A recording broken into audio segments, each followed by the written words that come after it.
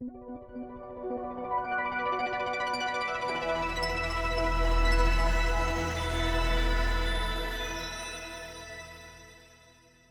you for that nice introduction. Indeed, I'm Lisanne, a PhD candidate working at the Radboud UMC in Nijmegen, the Netherlands. I'm going to talk again about Cabotegravir Rilpivirine, this time data from the LATA trial, which is in virologically suppressed adolescents living with HIV in Sub-Saharan Africa. These are my disclosures. So first, a little bit of the introduction. We had talked about a lot about Cabotegravir Rilpivirine, but to put our study again into context, Cabotegravir Rilpivirine long-acting injectables were approved as a complete ARV regimen in virologically suppressed adults by Health Canada, the EMA, and the FDA on the basis of 3 clinical trials, which were FLAIR, ATLAS, and ATLAS-2M. And the FDA and the EMA extended this approval to virologically suppressed adolescents, aged 12 years and older, and that was based on the safety and the PK data of the MOCA trial, which explored both 4 and 8 weekly dosing, and well, the concentration for Cabotegravir Rilpivirine were similar or comparable to those in adults.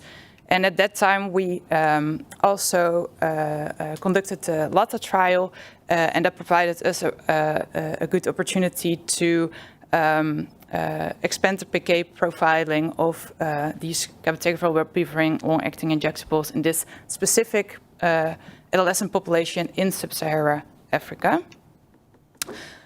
So this is the LATA trial design. We recruited almost 500 participants living with HIV. They were all virologically suppressed for at least 1 year, and then they were randomized to daily oral therapy with TLD or to the intervention arm, which was they received the long-acting injectables. And in that treatment arm, we did our PK sub-study. So the randomization was at week 0. Then they had an optional oral lead-in of 4 weeks. So, and then they received 2 loading doses with 1 month in between. And at week 24, so the second maintenance dose, we did our PK profiling. And we sampled at TS0, so that was the pre-injection at week 24, 3 days after that, 7 days after that, a month after that, and 56 days after the, and that is then also the same sample as the pre-injection at week 32. Our target was to include at least 20 adolescents with a balanced female-male ratio, and our PK sub-study participants came from 3 of the 4 LATA countries, which were Uganda, South Africa, and Zimbabwe. Well, the concentrations were measured using a UPLC MS method in our department in Nijmegen, and we did an NCA analysis with Phoenix Win on Lin. Then we come to the results. So first, the demographics. As you can see, most of the participants were recruited from Uganda sites. Over half of the participants opted for oral lead-in periods. The age was, median age was 17 years, and at week 24, and the BMI was around 21. And then these are the median concentration time curves. I hope you can see it, but I plotted the individual curves in light blue. You can see a lot of variability, but that's also what we see in other trials. And this is for Rilpivirine. So in the x-axis, sorry, I forgot to say that in the other graph, you see the time after injection in days, and then the concentrations on the y-axis. Yeah, we knew beforehand that probably not both drugs, especially Rilpivirine, but also probably Cabotegravir, were not on steady state yet during our PK profiling, so that we wanted to investigate that issue in our cohort specifically. So we did a sort of subset analysis to compare our pre-injection samples at tier 0, which is after 24 weeks, and with our trough sample at 32 weeks.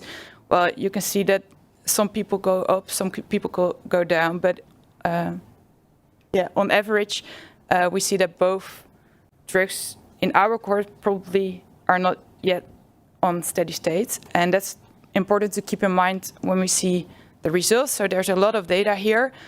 In blue, you can see, in black, you can see our data. So from the LATA trial, left Cabotegravir data, right Rilpivirine data.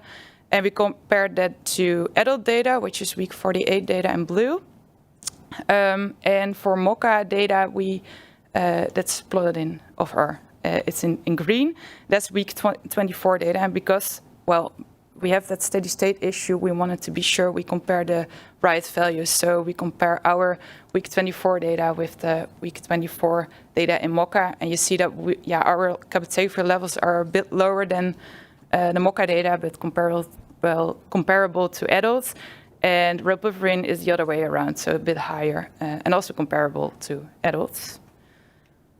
When we talk about trough targets, we did talk about a lot during this meeting yesterday during the Liverpool course also. So in vitro studies showed us the protein-adjusted IC90, which are these levels for both drugs. Then as a rule of thumb, we often use the 4 times protein-adjusted IC90, but also from post-hoc analysis from the clinical trials, they showed us that being in the lower quartile, so Q1 for both drugs, could be an additional risk factor for virological failure alongside another risk factor. So we often use that value as well in clinical practice. And if we compare it then to our data, we see that none of the Rilpivirine individual trough levels, these are data from the week 32, are below that Q1, but we have 3 for Cabotegravir below that Q1, but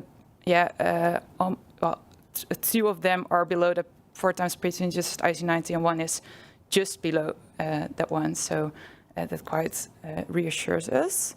So in summary, there is a substantial variability in the individual profiles, but that's also what we expected from long-acting Cabotegravir Rilpivirine.